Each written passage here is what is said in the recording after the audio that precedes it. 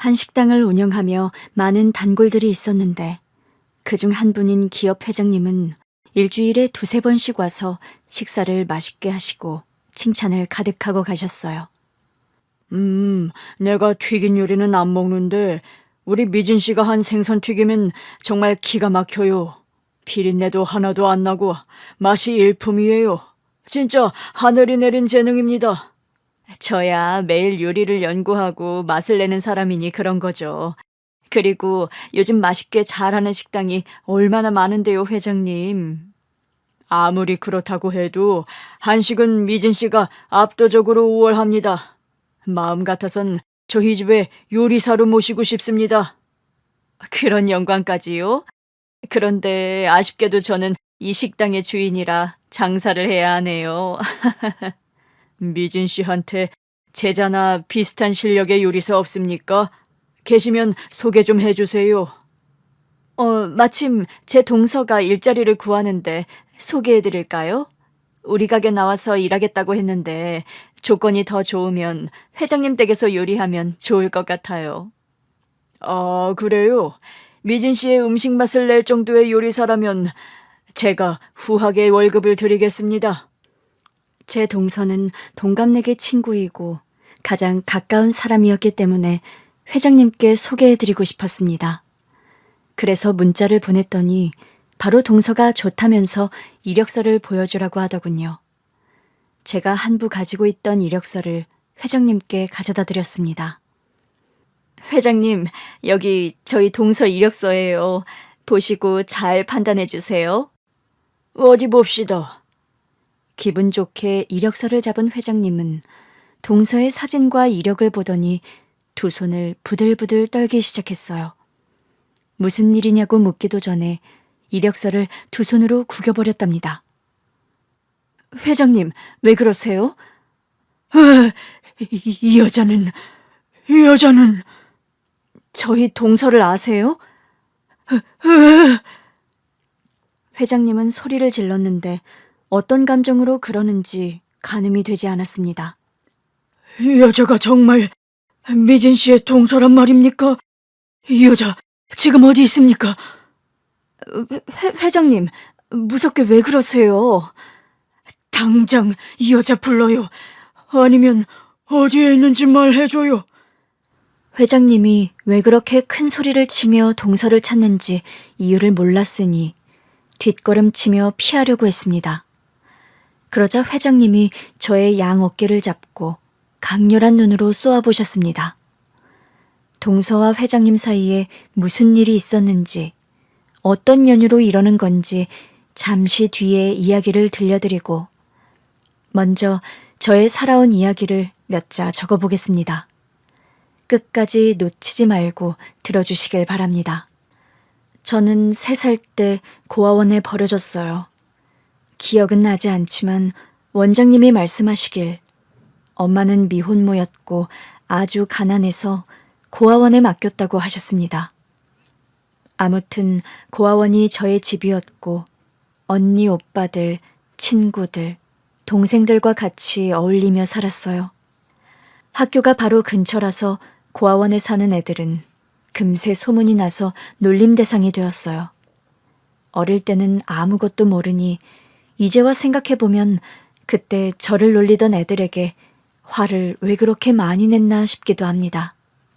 학창시절은 놀림도 당하고 싸우기도 많이 하며 자랐고 고등학교 때 철든 나이가 되자 놀림도 싸움도 뚝 그쳤답니다. 짝이 된 은영이라는 친구와 곧장 친해졌는데 아주 재미있는 일이 생겼어요. 은영아, 내가 너희 집 앞까지 바래다 줄게. 같이 가자. 우리 집? 아니야. 내가 너희 집까지 바래다 줄게. 우리 지금 뭐 하는 거니? 그럼 날 바래다 줘. 우리 집에 들렀다 너희 집 앞으로 가자. 여자애들은 친해지면 손도 잡고 서로의 집도 바래다 주고 그러잖아요. 제가 은영이한테 먼저 친근하게 다가가니 은영이도 마음을 크게 열어주었답니다. 그래서 저희 고아원 앞에 도착해서 제가 우리 집이 거기라고 말했어요. 여기가 우리 집이야. 좀 크지? 아, 너 여기 살아? 많이 놀란 모양이네. 그래, 나 고아야. 그래서 나랑 놀기 싫어졌어? 이제 우리 집에 가야지. 나 바래다 줘. 친구는 제가 고아원에 사는 것에 아무 말도 하지 않더니 자기 사는 곳을 안내했습니다. 그런데 도착한 곳은 다른 고아원이었어요. 은영이 역시 고아였던 겁니다. 여기가 우리 집이야. 우리 집도 좀 크지? 너도? 나도 고아야. 우리 짝꿍이 된 것도 다 인연인가 보다. 그러게, 참 재미있는 인연이네. 그런데 은영이 넌 엄청 행복해 보여. 고아처럼 안 보여. 그건 너도 마찬가지야. 미진아, 너를 누가 고아로 보겠니? 아무튼 우리는 고아인 것도 그렇고 짝꿍이 된 게 신기하다. 그렇게 짝꿍 은영이와 동질감이 생겨서 더 친하게 지냈습니다. 저는 꿈이 없고 될 대로 사는 학생이었는데 은영이 때문에 꿈이 생겼어요. 취미로 요리를 좋아하는 은영이는 학교 끝나면 요리 학원을 다녔답니다. 미진아, 난 커서 꼭 요리사가 될 거야. 식당도 크게 하고 고아원에 자주 가서 요리로 봉사활동도 할 거야. 너 되게 멋지다. 그럼 나도 요리사 할래. 나도 너 따라 학원 다녀야겠다. 뭐야, 넌 친구 따라 강남 가겠다는 거니? 네가 하는데 나라고 못하겠냐? 같이 좀 다니자, 은영아. 학원비 얼마야? 너 학원비 어떻게 마련했어? 우리 고아원에 들어온 후원금이 있어서 알뜰하게 모아서 학원 등록했지. 우리 고아원에는 후원금 들어오면 다 간식이나 옷 같은 거 사서 없는데 난 알바를 다녀서 학원비 마련해야겠다. 친구 은영이 덕분에 꿈이 생겼고 학원을 등록하려고 알바를 시작했어요. 빵집에서 판매와 정리를 하는 일을 했는데 재미가 생겨서 빵 만드는 걸 사장님께 가르쳐달라고 했어요. 몇 달 뒤에는 주말마다 제가 빵을 만들어서 판매까지 했답니다.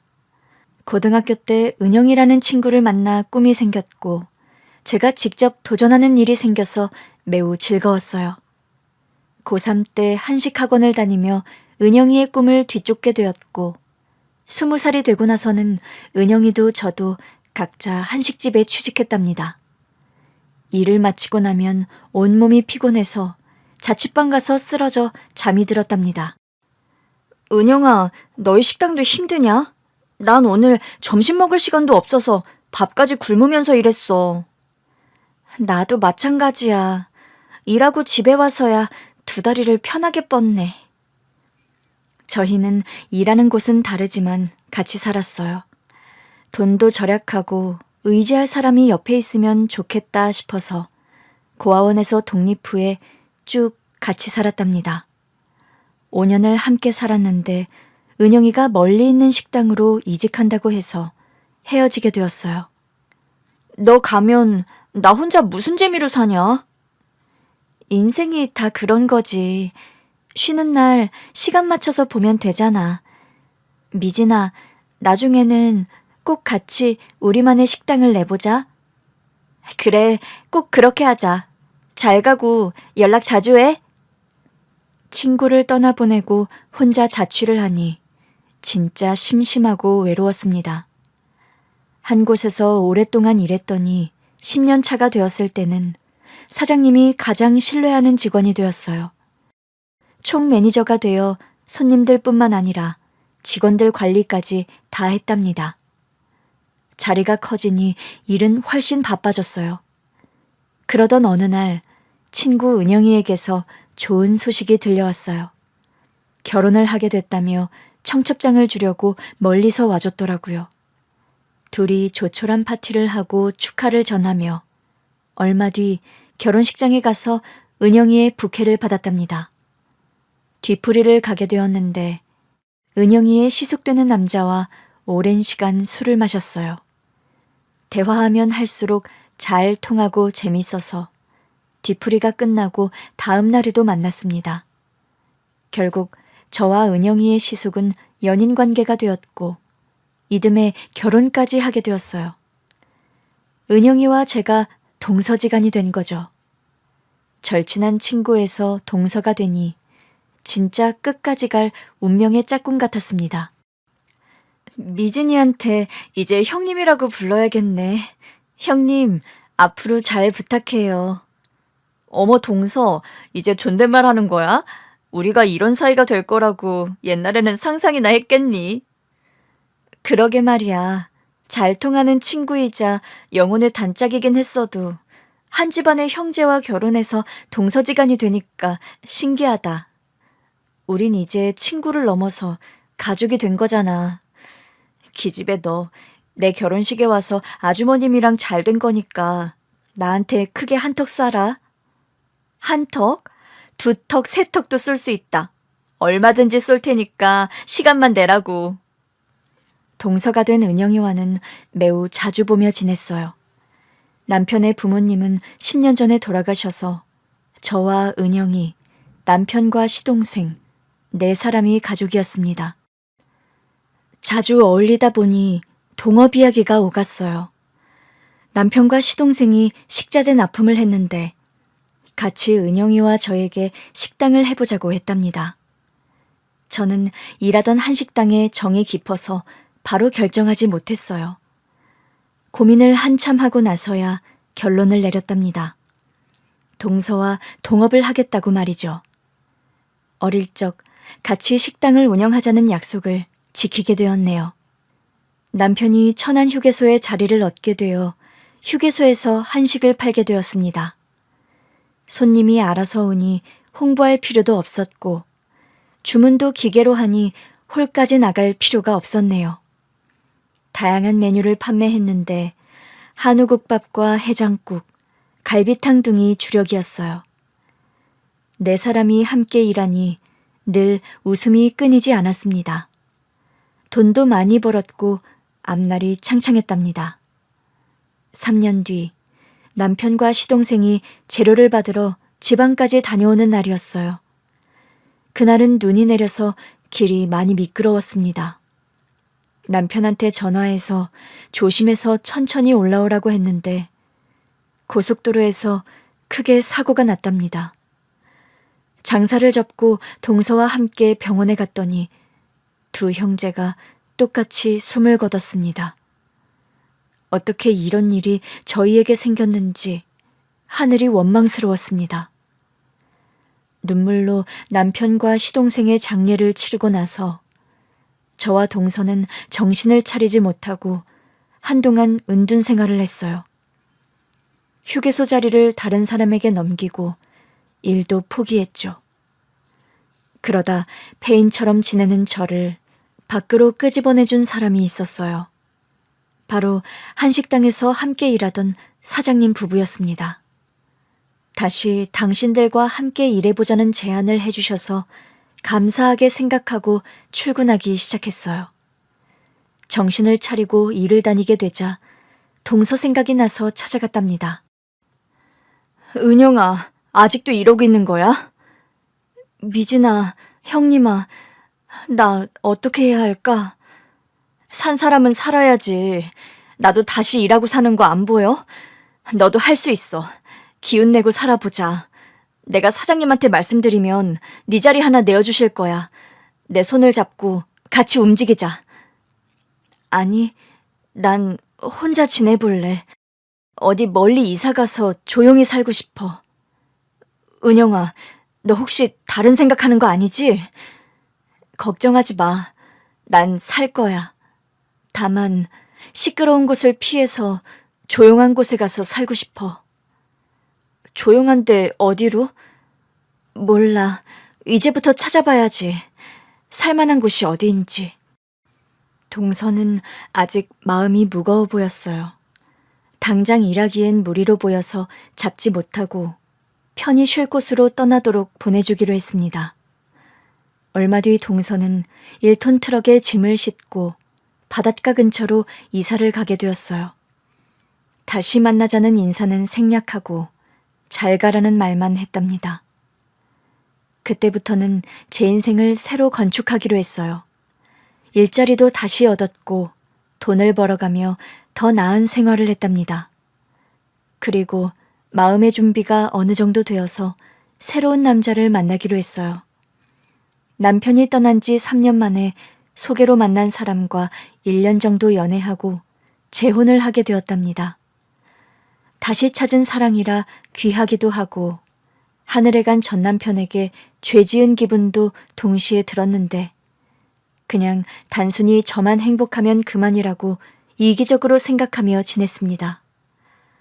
남편은 사업하는 사람이었는데 결혼 뒤 까칠한 모습을 조금씩 드러내더니 술 취했을 땐 본 모습을 보여주더군요. 야, 일로 와서 술 좀 따라봐. 여보, 술 먹고 들어와서 또 술을 마시려고? 그만 마셔. 나 내일 일찍 출근해야 하니까 귀찮게 굴지 마.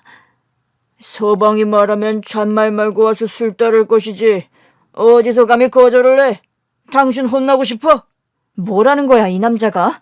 술 좀 곱게 먹어. 어디서 주정이야? 이 여자가 지금 돌았나? 남편은 비틀거리며 다가오더니 제 얼굴에 손을 대더군요. 반항하고 똑같이 싸우려고 했지만 힘이 약해서 처절하게 두들겨 맞았답니다. 당신 이런 사람이었어? 와서 술 따라. 저는 무서워서 얼른 남편 술잔에 술을 따랐습니다. 그래, 이거야. 술은 역시 여자가 따라줘야지. 여보, 눈탱이 밤탱이가 됐네. 그거 왜 그러는 거야? 남편의 비소에 소름이 끼치더군요. 그이와 헤어지려고 이혼장을 가지고 집에 들어갔는데 그이가 찢어버리더니 다시 제 얼굴에 손을 댔습니다. 야, 이혼은 내가 원할 때나 하는 거야. 너 같은 고아 따위가 결정할 수 있는 게 아니라고.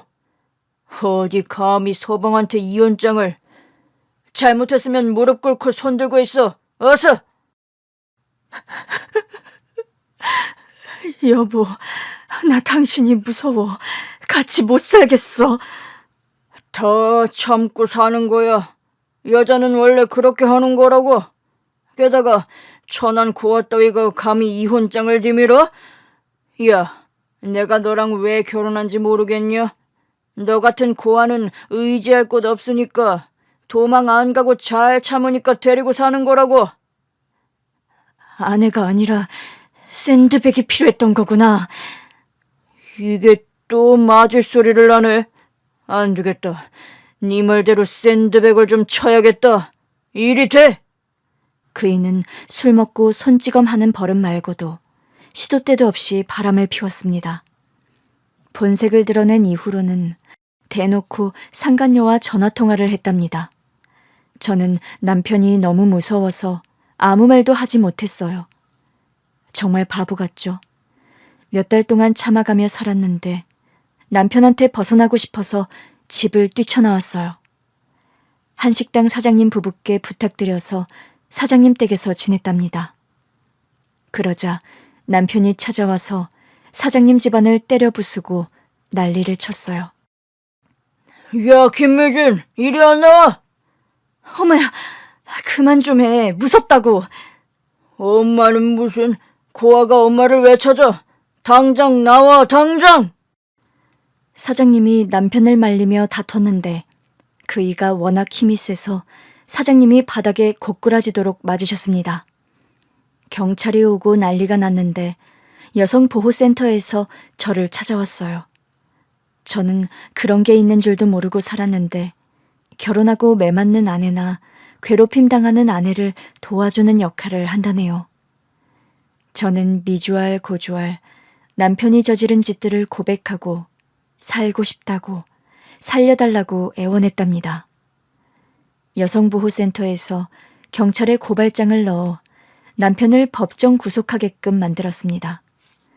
그리고 재판을 받고 징역형을 살게 하고 저와 이혼을 하게 해주었죠. 지옥 같은 재혼 생활은 그렇게 끝이 났답니다. 이후 다시는 남자를 만나지 않았습니다. 그리고 그렇게 오래 못 보고 살 줄 몰랐는데 강산이 한 번 지나도록 얼굴을 보지 못하고 살았답니다. 저는 한식당을 인수하고 돈을 꾸준히 모아서 좋은 아파트로 이사도 했고 고아원에서 봉사활동도 매주 하루씩 하면서 지냈습니다. 어느 날 연락이 끊긴 동서가 저를 찾아왔는데 얼굴을 알아보기 힘들 정도로 많이 변해 있었답니다. 너 은영이야? 진짜 내 친구, 내 동서인 은영이가 맞는 거야? 미진아, 형님아, 내가 많이 늙었지. 얼굴이 왜 이렇게 어두워? 그동안 어떻게 살았던 거야? 옆에 이 꼬마는 누구고? 내 아들이야. 예쁘지? 미진이 너는 재혼 안 했어? 안 했어. 저는 일부러 그 지옥 같은 이야기를 꺼내고 싶지 않았습니다. 동서는 바닷가로 가서 조용히 살다가 다른 인연을 만나 재혼을 했답니다. 아들까지 낳고 잘 살았는데 몇 년 전 새남편이 선상낚시를 하다가 배가 침몰해서 생을 마감했다고 했어요. 2번이나 남편을 잃고 힘든 시간을 보냈다고 했죠. 동서는 정신적으로 많이 힘들어서 의지할 곳을 찾다가 저에게 왔다고 했어요. 내가 공황장애가 좀 심해. 이렇게 미진이 너를 찾으러 오는 길도 너무 힘들었어. 은영아, 잘 좀 살지. 이게 뭐니? 그래서 나한테 부탁할 게 뭔데? 나 잠시 정신병원에 입원하려고. 도저히 일상생활이 불가능해서 안 되겠더라고. 형님이 우리 아들 좀 몇 달 봐줄 수 있겠어? 저는 처음 보는 은영이의 아들을 내려다보았습니다. 그럼 당연하지. 네 아들이면 나한테 족하잖아. 외숙모가 조카 하나 못 봐주겠어? 너 병원 가면 치료는 되는 거지? 다시 돌아올 수 있는 거지? 나 우리 아들 두고 어디 안 가, 미진아. 10년 만에 찾아와서 이런 부탁해서 미안해. 그런데 너 말고 의지할 사람이 아무도 떠오르지 않았어. 잘 찾아왔어. 나한테 의지하면 돼. 나 여기 사장이야. 남부럽지 않게 잘 산다고. 내 친구 성공했네. 어릴 때 날 보고 요리사 꿈을 꾸더니 나보다 더 잘난 사람이 됐어. 정말 잘 됐다, 미진아. 아들 이름이 뭐야? 아니다. 직접 물어봐야지. 얘야, 내가 네 외숙모야. 이름이 뭐니? 선재요. 이선재. 선재? 이름 멋진데? 외숙모 처음 보지? 앞으로 엄마를 대신해서 널 돌봐줄 테니까 우리 친하게 지내자. 선재, 뭐 좋아하니? 뭐 먹고 싶은지 말해봐. 돈가스요. 돈가스? 네 엄마랑 입맛이 똑같네. 그래, 외숙모가 해줄 테니까 엄마랑 여기서 좀 앉아있어. 그렇게 조카를 돌보게 되었고 동서는 잠시 정신병원으로 들어갔습니다. 매주 한 번씩 면회하러 갔는데 동서의 낯빛이 조금씩 밝아지는 게 보였어요. 3개월 뒤에는 공황장애가 많이 좋아졌다며 퇴원까지 가능해졌답니다.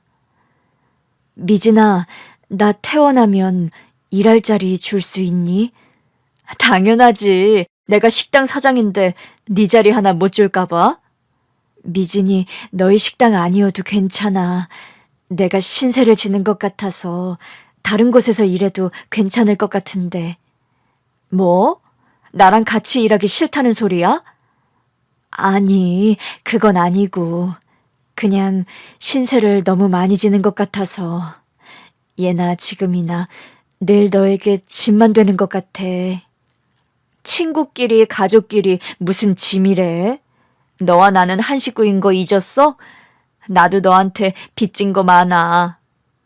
그래도 미안하고 고마워, 미진아.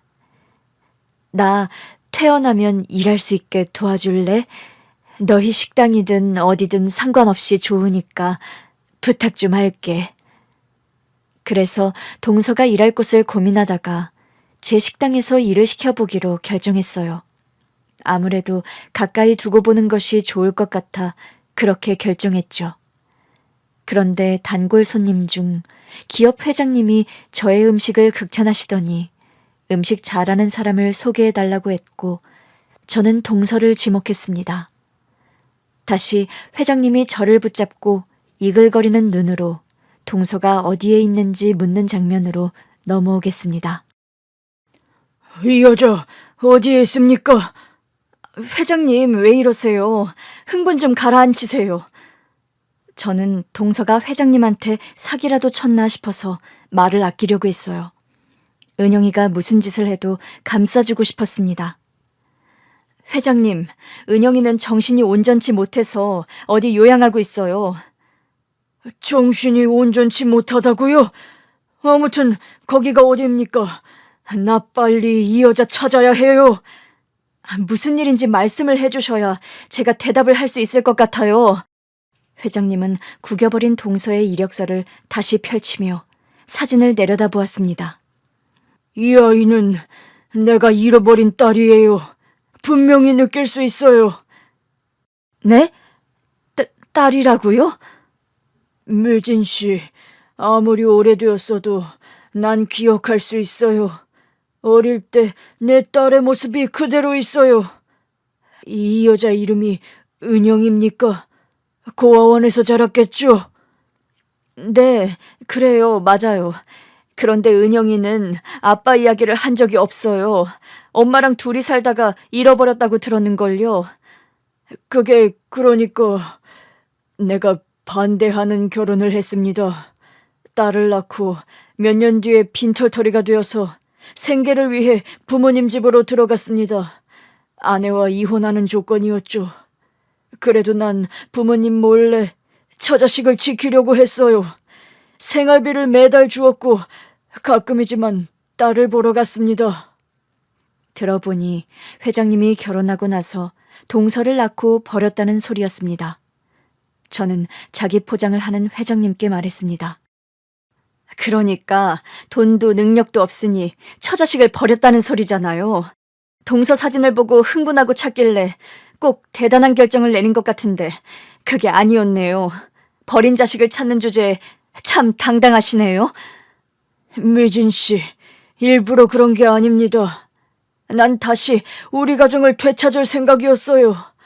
나한테는 다 계획이 있었다고요. 아무튼 회장님이 버렸기 때문에 동서가 고아원에서 자란 건 사실이잖아요. 아니, 동서가 회장님의 딸이라고 확신할 수 없으니 우리가 싸우고 있을 필요는 없겠네요. 그만 가주세요. 미진 씨, 이 아이를 찾고 싶습니다. 확인하고 싶어요. 그건 제가 결정할 게 아닌 것 같군요. 동서를 찾아가서 물어보고 대답하겠습니다. 미진 씨, 그냥 저를 데리고 가면 안 되겠습니까? 네, 안 돼요. 동서는 지금 공황장애가 있으니 함부로 찾아가면 안 됩니다. 회장님이 한 말을 그대로 전하고 동서에게 의사를 물어야겠어요. 두 사람이 만나는 건 동서의 결정이 있어야 합니다. 그때 가서 유전자 검사를 하든 상봉을 하든 하시죠. 그만 가보세요. 회장님의 과거를 듣고 정남이가 뚝 떨어졌지만 일단 동서에게는 말해볼 생각이었습니다. 만약 동서가 회장님의 딸이 맞다면 인생 역전의 기회가 있으니 용서한다고 해도 이해하기로 했어요. 그래서 이튿날 정신병원에 면회를 갔습니다. 동서에게 있는 그대로의 이야기를 전했습니다. 동서, 자기 사진을 보더니 확실하게 당신 딸이라고 확신했다니까. 아니야, 난 아버지가 돌아가셨어. 어릴 때지만 분명히 기억나. 엄마랑 장례식장에서 보냈던 순간이. 그분이 뭐라 하든 내 아버지는 확실히 아니야. 정말? 아버지 장례를 치른 기억이 있어? 그렇다니까. 그 회장님이 소설 쓰고 있는 거야? 아니면 진짜 어딘가에 자기 딸이 있든지. 아무튼 난 아니니까 다시 찾아오면 헛소리 하지 말라 하고 내보내버려. 응, 알겠어. 동서의 말을 들어보니 회장님한테 괜히 성질을 낸 것 같더라고요. 동서의 입장에서 화를 벌컥 냈는데 전혀 아니라고 하니 미안한 생각이 들었답니다. 다시 찾아온 회장님은 저에게 동서 이야기를 물었습니다. 미진 씨, 그 아이 만나보셨습니까? 네, 그런데 회장님의 딸이 아닌 것 같아요. 은영이는 부친상을 치렀다고 했어요. 어릴 때지만 확실하게 기억한다고 했어요. 그건 내가 설명할 수 있어요. 그 아이를 만나게 해주세요. 네? 설명할 수 있다니요. 회장님이 죽었다가 살아난 거라도 된다는 뜻이에요? 저기 회장님, 찾는 딸이 제 동서가 아닙니다. 아니에요. 내 딸이 확실해요. 만나게 해줘요. 내가 그 아이한테 모두 다 설명한다니까요. 회장님은 포기를 모르고 끝까지 동서가 당신의 딸이라고 우기더군요. 자식을 찾고 싶은 마음은 알겠지만 엄한 사람을 지목해서 이게 뭐 하는 짓인지 모르겠더라고요.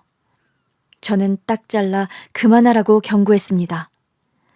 회장님, 아니라고요. 제 동서는 아버지가 돌아가셨다고요. 회장님이랑 아무런 연관이 없는 사람이란 말입니다. 그 아이의 엄마가 나와 이혼하고 재혼을 했습니다. 그 남자와 결혼한 지 1년 만에 세상을 떠났어요. 그 아이가 말한 부친은 바로 재혼한 계부입니다. 친부는 바로 나라고요, 나. 나 참 끝이 없네. 회장님, 무슨 막장 드라마 보고 오셨어요?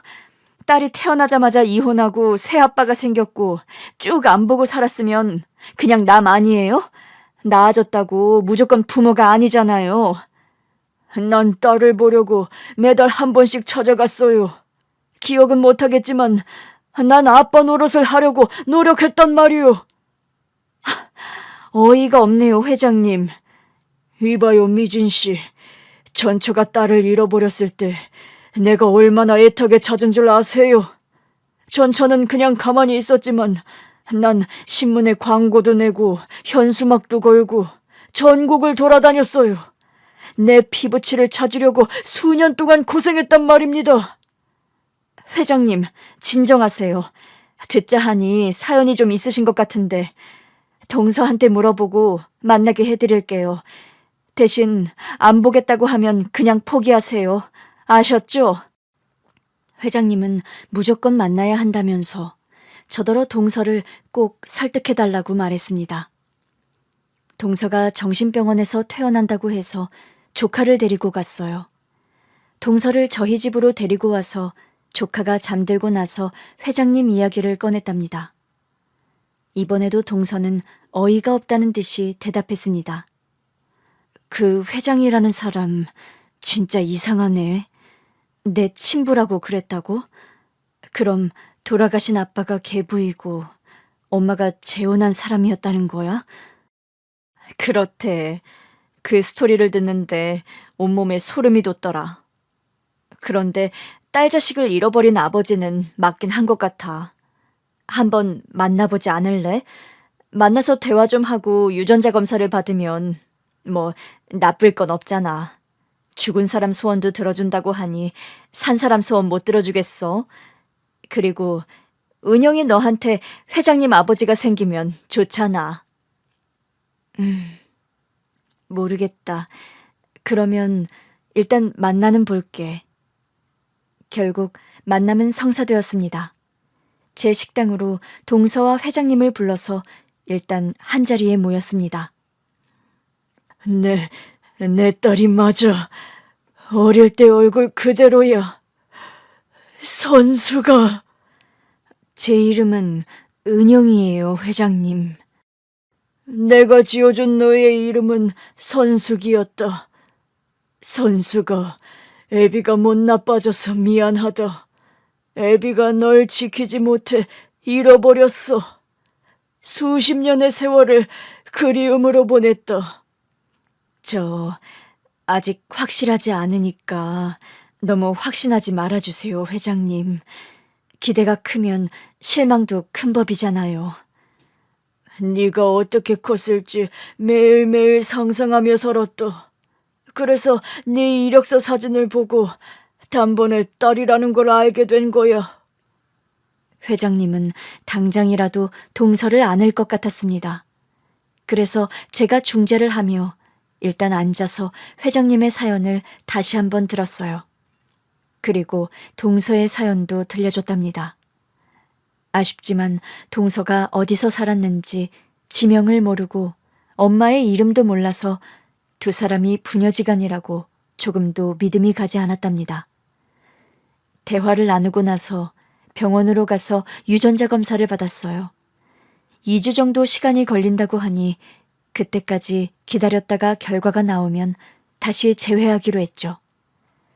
그때까지 아무 일 없을 줄 알았고 평범한 일상을 보냈어요. 동서는 제 옆에서 장사를 도왔는데 일을 곧잘 해서 계속 같이 하고 싶었답니다. 동서 옛날 그대로네. 손끝이 야무져. 나보다 낫다. 형님, 그런 소리 하지 마. 내가 무슨 형님을 따라가나. 난 요리를 오래 쉬었어. 그냥 말단 직원이라 생각하고 굳은 일이나 시키라고. 무슨 소리? 앞으로 내 파트너가 될 사람한테 그러면 쓰나? 미진아, 고마워. 내 아들 봐줘서 고맙고 날 받아줘서 고마워. 고마울 것도 많다. 이미 감사 인사는 한 거로 기억하는데. 그리고 내가 네 입장이었으면 네가 날 모른 척 했겠냐? 물론 모른 척 하지 않았겠지. 맞네. 그럼 그만 고마워해야겠다. 그래, 그런 소리 그만하고 일이나 하자. 주방에서 일하다가 동서에게 서빙을 시켜봤는데 그것도 잘하더라고요. 제가 쉬고 싶을 땐 동서에게 가게를 맡겨두면 되겠다 싶을 정도로 마음에 들게 일을 잘했습니다. 그런데 테이블을 치우고 있던 동서를 누군가 찾아왔습니다. 어이, 은영씨. 여기 숨어있으면 내가 못 찾을 줄 알았어? 정국씨, 여긴 어떻게... 민호가 내 돈 빌려가고 저승 갔으면 은영씨가 대신이라도 갚아야지. 왜 자꾸 도망만 다녀?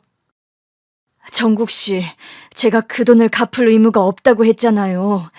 그리고 도박하는 돈을 빌려주고 받은 거니까 그 돈은 안 갚아도 되는 거예요.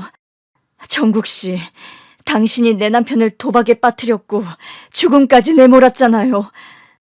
엄마, 웃기는 소리 하네. 그놈이 실컷 도박질 하다가 돈 다 잃고 스스로 그렇게 된 걸 왜 내 탓을 하나?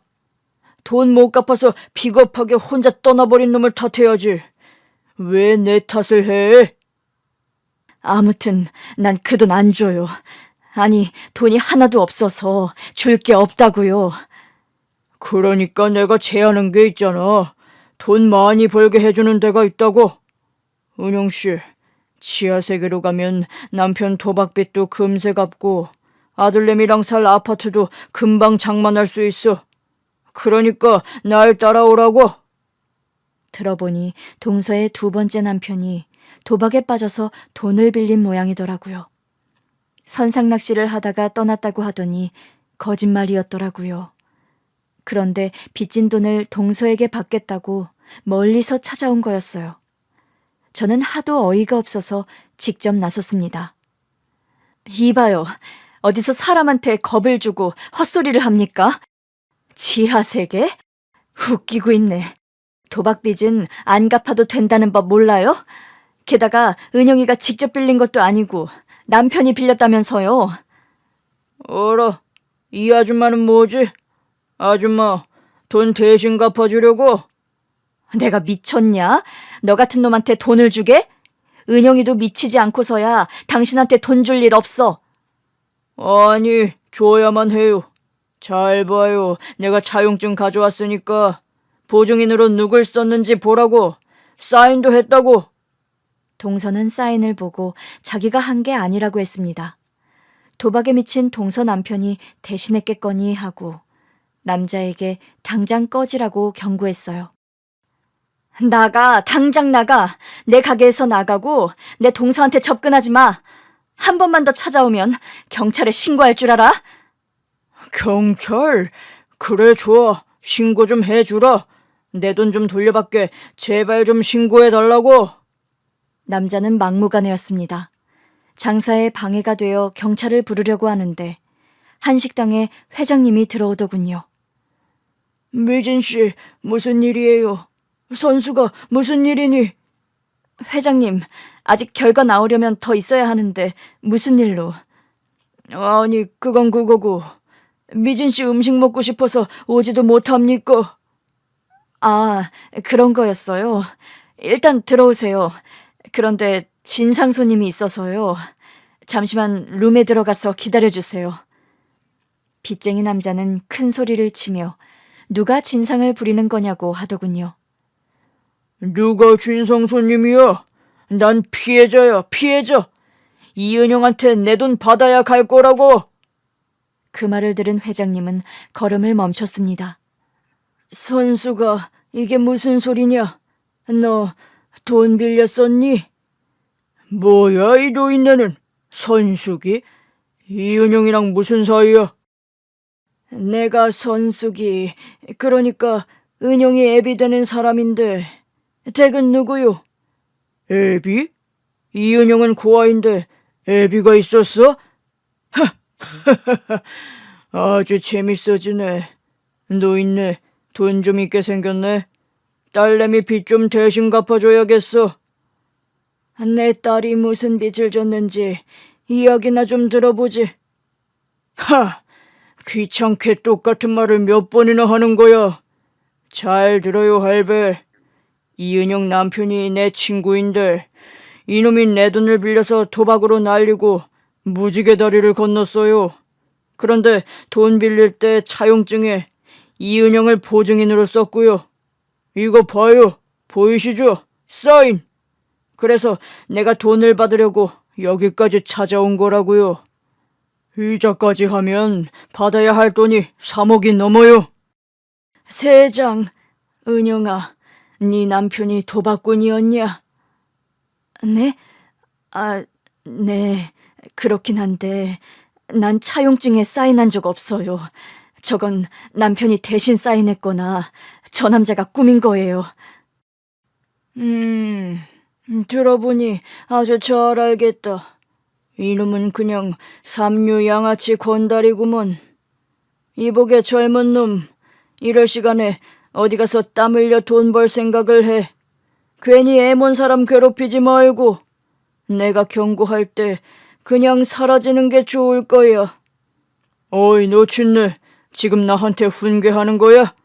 우리 부모도 나한테 찍소리 못하는데 노인네가 뭔데 이래라 저래라야. 어이, 은영이 애비, 돈 많으면 대신 좀 갚아줘. 내 경고를 들었을 텐데 마지막이야. 지금 나가서 다시는 은영이를 괴롭히지 마. 그럼 자네 숨통은 계속 붙어 있을 거야. 할배가 뭘 잘못 먹었나? 내가 누군지 알아? 알면 이렇게 못 가불어. 애들 다 풀어서 진짜 무서운 게 뭔지 보여줘 볼까? 제 명줄을 제대로 지키지 못하는 놈이네. 경고 끝났다. 밖에 다들 들어와봐. 회장님의 우렁찬 목소리에 경호원들이 우르르 들어왔습니다. 자네들 그동안 편하게 월급 받아먹었지? 오늘은 다들 솜씨발이를 해야겠어. 이 양아치 놈을 단단히 혼내서 얼씬 못하게 해. 뭐야? 이 할배 뭐하는 양반이길래 경호원이 이렇게 많은 거야? 네 명줄 이제 내가 쥐고 있다. 넌 내 경고를 무시했으니 쓴맛 좀 봐라. 다들 시작해. 이윽고 경호원들이 빚쟁이 남자를 둘러싸더니 퍽퍽 소리를 내며 쓰러뜨렸습니다. 그리고 손님이 모여들자 방해가 되지 않게 밖으로 끌고 나가더니 주차장 뒤에서 흠씬 혼을 내주더라고요. 빚쟁이 남자는 무릎 꿇고 살려달라고 빌더니 차용증을 스스로 찢어버리더군요. 살려주세요, 회장님. 제가 잘못했습니다. 몰라봬서 죄송합니다. 잘 들어. 은영이는 내 딸이야. 내 딸 앞에 나타나기만 하면 그땐 넌 진짜 무지개 다리 건너는 거야. 알겠어? 네, 회장님. 다시는 나타나지 않겠습니다. 빚쟁이는 그렇게 회장님 경호원들에게 얻어터지고 사라졌습니다. 동서는 회장님께 감사 인사를 전했어요. 제가 딸이 기고 아니고를 떠나서 도와주셔서 감사합니다. 나도 딸이고 아니고를 떠나서 할 일을 한 거다. 그래도 넌 내 딸이 확실하니까 그런 줄 알아라. 이제 열흘 남았나? 만약 내 딸이 맞다고 하면 그땐 내가 하자는 대로 하자. 약속할 수 있겠니? 네? 아직 잘 모르겠어요. 복잡하고 혼란스러워서요. 그래, 하나씩 하자, 하나씩. 오늘은 입맛을 버렸으니 다음에 다시 와야겠구먼. 미진 씨, 나 갑니다. 회장님은 동서를 위기에서 도와주곤 떠나셨습니다.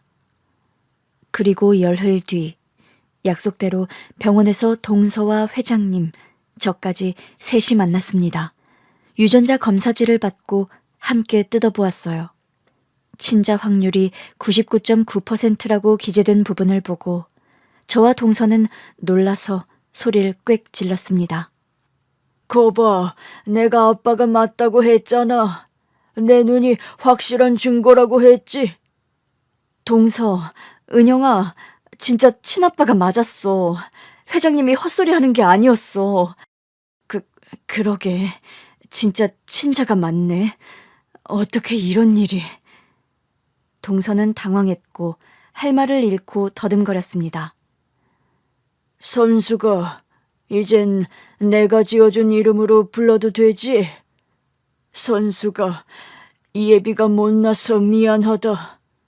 젊었을 때 널 놓치는 게 아니었어. 이혼을 하고 따로 지내는 게 아니었어. 100번, 1000번 후회하고 있고 용서를 빌고 싶구나. 미안하다. 전 아무것도 기억 안 나요. 용서를 해주고 말고 할 게 없어요, 회장님. 그래도 사과는 해야지. 선수가 미안하다. 네, 알겠어요. 그럼 우리 뭐부터 해야 할까? 미진 씨가 좀 알려줘봐. 우리 부녀가 뭐부터 해야 할까? 저는 고개를 갸웃거리다가 일단 배가 고프니 밥부터 먹자고 했습니다. 그래서 자리를 옮겨 식당으로 들어갔습니다. 저는 메뉴판을 보고 된장찌개를 주문한다고 했고 두 사람에게 뭘 드실 거냐고 물었어요. 그러자 두 사람이 동시에 대답했습니다. 돈가스. 어머, 부녀 사이 맞긴 한가 보네요. 우리 딸이 맞네. 맞아. 돈가스. 그거 우리 딸이 좋아하던 음식이야. 동서는 입을 가리고 미소를 짓더군요. 저희 세 사람은 함께 식사를 하고 제 집으로 갔습니다. 곧 어린이집에서 올 조카를 데리러 저 혼자 다녀왔더니 회장님과 동서가 손을 잡고 있더군요. 어이쿠, 네가 내 손자구나. 이름이 뭐냐? 선재예요. 내가 우리 딸을 낳기 전에 아들이면 선재라고 지으려고 했었는데 참 신기하구만. 선재야, 내가 네 외할아버지다. 너무 늦게 만났구나. 반갑다. 조카애는 낯설어하며 제 등 뒤에 숨더군요. 회장님은 그럴 수 있다며 껄껄 웃으며 민망함을 감췄습니다. 며칠 뒤 동서와 조카애는 회장님 댁으로 들어갔어요. 친자이고 가족이니 같이 살아서 안 될 이유가 없어 회장님과 같이 살기로 했답니다. 동서는 회장님 회사에도 들어갔어요. 회장님 회사가 식품회사인데 개발팀으로 들어갔답니다. 한 달 동안 서로 바빠서 못 보고 지내다가 제가 시간을 내서 회장님 댁으로 찾아갔습니다. 조카 선재가 뛰어나와 저를 안아주었고 동서가 반갑게 손을 흔들었어요. 동서, 얼굴 좋아졌다. 아주 그냥 꽃이 피었네. 살기 좋은가 봐. 미진아, 내 얼굴이 그래 보여? 그래, 공황장애는 죄다 사라진 것 같다. 아주 행복에 겨운 얼굴이야. 요즘 사는 게 재밌어. 이런 큰 집에서 아들이랑 사는 것도 감사한데 회사에서 내가 하고 싶은 일을 배우면서 하니까 재밌더라. 이야, 이제 회사 생활까지. 회장님 회사 아무나 못 들어가는 곳인데 넌 운도 좋다. 제대로 낙하산 타고 들어갔다고. 그러게, 얼마 전까지만 해도 우울해서 사는 게 버겁다고 여겼는데 이런 날이 다 오네. 이게 다 미진이 네 덕인 거 알지? 아빠가 네 식당 단골이어서 내 이력서 사진을 본 거잖아. 너 아니었으면 평생 친아빠가 누군지 모르고 살 뻔했다. 그러고 보니까 은영이 너 내 덕을 너무 많이 보는 거 아니야? 이 정도면 덕 좀 갚아야겠는걸? 그 말을 하는 순간 회장님이 기침하면서 나오셨습니다. 미진 씨, 은영이가 아니라 선숙이라니까. 이름 좀 제대로 불러줘. 아, 네네, 회장님. 선숙이라고 부를게요. 회장님 얼굴도 많이 밝아졌네요. 제 덕에 딸을 찾아서 아주 좋으시죠? 두말하면 잔소리지. 미진 씨가 바라는 게 있으면 말해봐. 내가 다 들어줄게. 그래서 전 원하는 걸 말씀드렸습니다. 우리 선숙이가 더는 외롭지 않고 쓸쓸하지 않게 잘 보살펴 주세요. 그리고 어디 떠나지 못하게 잡아주시고 우울해하지 않게 지켜주세요. 제가 못한 것들을 회장님은 해주실 수 있으리라 믿어요. 그런 건 당연히 내가 해야 할 일이고. 미진 씨, 자네가 원하는 걸 말해봐. 회장님, 저 돈 잘 벌어요. 잘 나가는 한식당 사장이에요. 저는 누구 도움받고 그런 사람 아닙니다. 미진 씨가 좋은 사람인 건 알긴 했지만 이렇게 훌륭한 사람인 건 몰랐네. 그동안 우리 딸을 많이 도와주고 잡아줬다면서. 그렇지도 않아요. 10년 동안 못 보고 산 세월도 있어요. 제 코가 석자라서 선숙이를 돌보지 못했습니다. 아무튼 회장님, 선수가 두 사람 축하해요. 과거에 무슨 일이 있었는지는 잊어버리고 오늘과 내일만 생각하면서 행복하게 사세요. 그래, 고마워. 자, 그럼 우리 딸이 점심 준비 다 했으니까 밥들 먹자. 회장님, 집에 요리사 드리고 싶어 하셨는데 꿈을 이루셨네요. 우리 동서 손맛 어때요? 최고더라. 요리 실력이 미진 씨랑 용호상박이겠던걸. 거봐요. 내가 사람 추천을 제대로 했을 줄 알았다니까요. 오늘 아주 기분이 좋네. 밥 먹고 다 같이 놀자. 회장님과 동서와 조카애는 한 지붕 아래에서 잘 살게 되었어요. 3대가 한 집에 사는 걸 보니 뿌듯했습니다. 고아일 때는 저와 선숙이 둘이서 의지하며 살았고, 결혼해서는 네 사람이 의지하면서 살았고, 또다시 혼자가 되어 각자 살다가 이렇게 한자리에 모이게 되니 참으로 기뻤습니다. 지금 친구이자 동서인 선숙이는 회장님 뒤를 잇는 후계자 수업을 받고 있고, 조카애는 학교에 입학해서 건강하게 지내고 있답니다. 저는 여전히 혼자이고요. 선숙이를 보며 가정을 다시 꾸리고 싶은 욕망이 생겨 남자를 만나보고 있는데 재혼까지는 쉽지 않더라고요. 아, 두 번째 남편 소식을 얼마 전에 들었어요. 술 먹고 그렇게 손찌검하던 그이는 다른 여자와 재혼해서 똑같이 손찌검을 하다가 아내의 오빠들한테 맞아 생을 마감했답니다.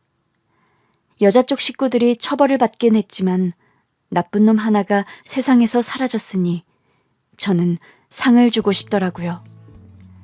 아무튼 제 인생이 조금 기구하긴 한 것 같네요. 그래도 동서처럼 저도 참된 행복을 찾을 날이 오리라 믿습니다. 여러분들이 많은 응원을 보내주셔서 꼭 가정을 이루게 도와주시면 진심으로 감사할 것 같습니다. 저의 이야기는 여기까지예요. 둘도 없는 친구와의 추억과 슬픔과 절망, 그리고 그것들을 밟고 희망으로 우뚝 선 이야기가 많은 분들에게 희망이 되었으면 하는 바람입니다. 여기서 인사드릴게요. 안녕히 계세요.